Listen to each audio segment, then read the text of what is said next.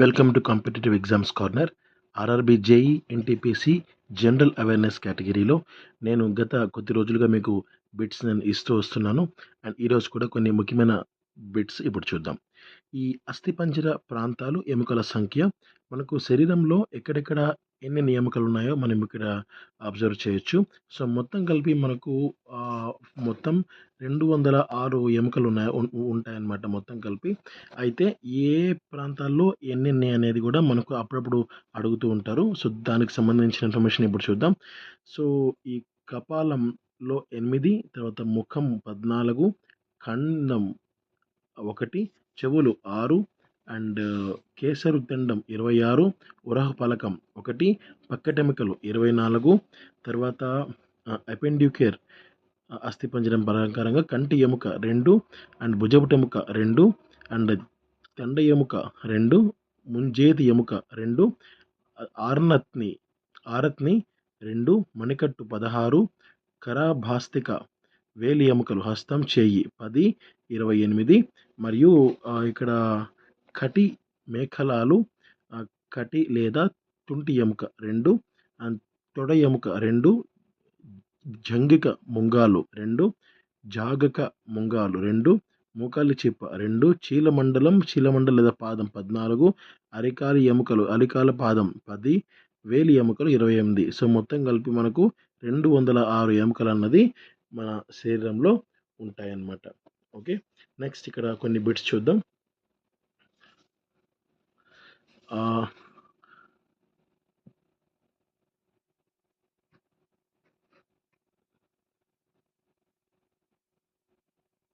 Okay, yes.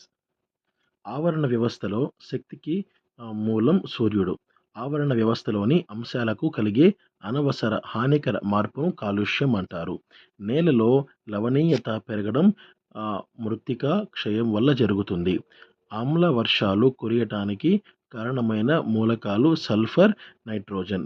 ఎర్ర రక్త కణాలలోని హిమోగ్లోబిన్తో కలిసిన కార్బన్ మోనాక్సైడ్ కలుషిత పదార్థం ఆక్సిజన్ సరఫరాను మందగింప చేస్తుంది. మానవునిలో ఎలర్జీ కలుగజేసే మొక్కల భాగాలు పుప్పొడి రేణువులు, శీలంధ్రాల స్పోరులు. తర్వాత ఫ్యాక్టరీల నుండి విడుదలయ్యే పొగలో కాలుష్య పదార్థాలను తగ్గించడానికి స్థిర విద్యుత్ అవక్షేపాల పద్ధతిని ఉపయోగిస్తారు. నెక్స్ట్, నాడీ మండలానికి హాని కలుగజేసే సీసపు సమ్మేళనాల కాలుష్యాలను మోటార్ వాహనాలు విడుదల చేస్తాయి.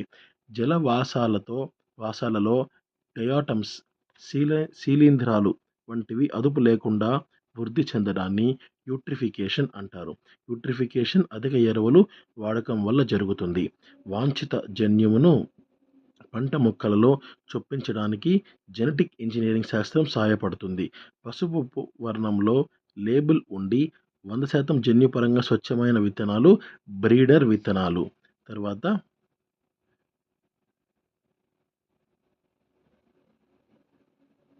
నీలం లేబుల్తో వాణిజ్యరీత్యా పంటలకు వాడుకునేందుకు రైతులకు అందజేసే విత్తనం ధృవీకరించిన విత్తనం.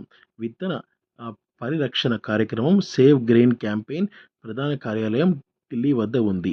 గుడ్ల కోసం పెంచే కోళ్లను లేయర్స్ అని, మాంసం కోసం పెంచే వాటిని బ్రాయిలర్స్ అని అంటారు. తర్వాత మన దేశంలో వ్యవసాయ ఆహార ఉత్పత్తుల నాణ్యతను పరిశీలించి నిర్ధారించే చట్టం ఆగ్మార్క్ చట్టం. తర్వాత మొక్కలలో జరిగే ఒక కాంతి రసాయన ఫోటోకెమికల్ చర్య కిరణజన్య సంయోగ క్రియ. కాంతిని వనరుగా తీసుకొని కార్బోహైడ్రేట్స్ను ఉత్పత్తి చేస్తూ ఆకుపచ్చని మొక్కల్లో జరిగే సంక్లిష్ట రసాయనిక చర్య కిరణజన్య సంయోగ క్రియ. తర్వాత ఆకుపచ్చని మొక్కల్లో కిరణజన్య సంయోగ క్రియలో హరిత రేణువులు సూర్యకాంతిలో కార్బన్ డయాక్సైడ్, నీటిని ఉపయోగించి కార్బన్ హైడ్రేట్స్ పిండి పదార్థాలను తయారు చేస్తాయి. కిరణజన్య సంయోగ క్రియలో అంత్య ఉత్పన్నంగా విడుదలయ్యే వాయువు ఆక్సిజన్. ఫోటానులో ఉండే శక్తిని క్వాంటం అంటారు.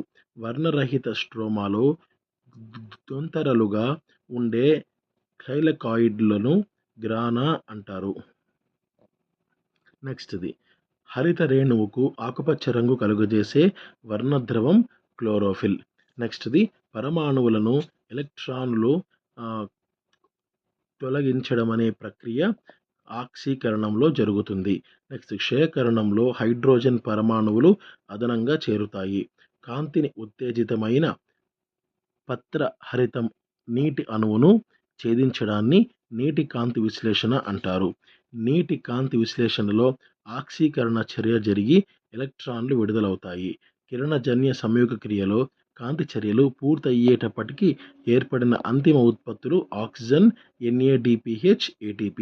కార్బన్ డైఆక్సైడ్ గ్లూకోజ్గా మారే విధానాన్ని మెల్విన్ కాల్విన్ అమెరికా శాస్త్రజ్ఞుడు కనిపెట్టడం వల్ల దానిని కాల్విన్ వలయం అంటారు. తర్వాత నిష్కాంతి చర్యలో అంత్య ఉత్పన్నం గ్లూకోజ్. ఆహార కర్మాగారంగా పిలువబడే మొక్క భాగం ఆకు. గ్లూకోజ్ కొవ్వు ఆమ్లాలు, ప్రోటీన్ల వంటి ఆహార పదార్థాలు ఆక్సీకరణ చెంది కార్బన్ డైఆక్సైడ్ నీరుగా మారే చర్యను శ్వాసక్రియ అంటారు. శ్వాసక్రియ ఒక ఆక్సీకరణ చర్య. శ్వాసక్రియలో మొట్టమొదటి మెట్టుగా గ్లైకాలిసిస్ను పేర్కొనవచ్చు. శక్తి ఉత్పన్నం కాకుండా ఒక గ్లూకోజ్ అణువు 2 పైరువిక్ ఆమ్ల అణువులుగా మారడాన్ని గ్లైకాలిసిస్ అంటారు. తర్వాత మనకు ఈ గ్లైకాలిసిస్లో ఏర్పడిన పైరువిక్ ఆమ్లం ఆక్సిజన్ దొరకనప్పుడు ఇథనాల్ లేదా లాక్టిక్ ఆమ్లంగా మారుతుంది. ఈ చర్యను అవాయు శ్వాసక్రియ అంటారు. తర్వాత లాక్టోబాసిల్లస్ బ్యాక్టీరియా పాలలో ఉండే పైరువిక్ ఆమ్లాన్ని లాక్టిక్ ఆమ్లంగా మార్చడం వలన పెరుగు తయారవుతుంది. శ్వాసక్రియలో విడుదలైన శక్తి ఎడినోసిస్ ట్రైఫాస్ఫేట్ ATP యౌగికంలో నిల్వ చేయబడుతుంది. అండ్ మరికొన్ని బిట్స్ ఇప్పుడు మనం చూద్దాం. ఇక్కడ కొన్ని ముఖ్యమైన మిశ్రమ లోహాలు, వాటికి సంబంధించిన ఉపయోగాలు ఇప్పుడు చూద్దాం. ఇక్కడ ఇత్తడి CuGN కాపర్, జింక్ అంటారు. సో ఇవి గృహోపకరణాలు, పాత్రలు, యంత్ర భాగాల విషయంలో దీన్ని ఉపయోగిస్తారు. తర్వాత కంచు CuSN విగ్రహాలు, పాత్రల తయారీలో ఉపయోగిస్తారు. తర్వాత జర్మన్ సిల్వర్, ఇది పాత్రలు, నిరోధక చుట్టలు విషయంలో ఉపయోగిస్తారు. తర్వాత బెల్ మెటల్ మనకు గంగల తయారీలో ఉపయోగిస్తారు. నెక్స్ట్ గన్ మెటల్ గేర్లు, బేరింగ్లు, ఎలక్ట్రాన్ విమాన భాగాలు. నెక్స్ట్ వచ్చి మనకు మెగ్నాలియం సున్నితపు త్రాసు కడ్డీలు, విమాన భాగాలు. నెక్స్ట్ డ్యూరాలిమిన్ విమాన ఆటోమొబైల్ భాగాలు.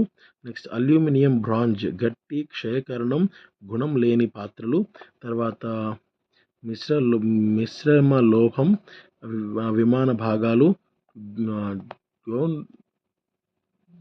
లోహం సముద్ర విమానాలు, జలాంతర్గాములు. తర్వాత టైప్ అక్షర తయారీలో ఉపయోగిస్తారు. తర్వాత కాయినేజ్ మెటల్ నాణెముల తయారీలో ఉపయోగిస్తారు. తర్వాత స్టెయిన్లెస్ స్టీల్ అంటారు. సో ఇది మోటార్ వాహనాల కేబుల్స్ కానీ, భారీ తుపాకుల విషయంలో దీన్ని ఉపయోగిస్తారు. నెక్స్ట్ మ్యాంగనీస్ స్టీల్ రాళ్లను పగలగొట్టే యంత్రాలు కానీ, బాల్ మిల్లులు, హెల్మెట్లు, రైల్వే లైన్ పాయింట్ల దగ్గర వీటిని ఉపయోగిస్తారు అండ్ వాటి తయారీకి ఉపయోగిస్తారు. నెక్స్ట్ క్రోమ్ స్టీల్ ఎక్కువ CR గల ఉక్కు, సో వంట పాత్రల విషయంలో వీటిని ఉపయోగిస్తారు. తర్వాత క్రోమ్ స్టీల్ తక్కువ CR గల ఉక్కు, ఇది వచ్చి మనకు బ్లేడ్లు కానీ, స్ప్రింగులు కానీ ఈ విషయంలో మనకు ఉపయోగిస్తారు. తర్వాత టంగ్స్టన్ స్టీల్, ఇది W గల ఉక్కు, శాశ్వత అయస్కాంతాలు విషయంలో ఉపయోగిస్తారు.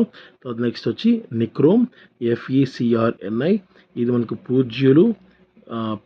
ఫ్యూజులు, నిరోధక తీగల విషయంలో వీటిని ఉపయోగిస్తారు. తర్వాత వాటి తయారీలో ఉపయోగిస్తారు. నెక్స్ట్ ఇన్వార్ స్టీల్ FeNi, ఇది గడియారపు లోలకాలు విషయంలో వీటిని ఉపయోగిస్తారు అనమాట. అండ్ ఇక్కడ ఒక బిట్ కూడా మనకు కనపడుతుంది. ADP నాకు ఆక్సిజన్ సమక్షంలో ఫాస్ఫేట్ కలిసి శక్తి రూపమైన ATPగా మరణాన్ని ఆక్సిజన్ ఫోస్ఫోరిలేషన్ అని అంటారు. Thank you. జై హింద్.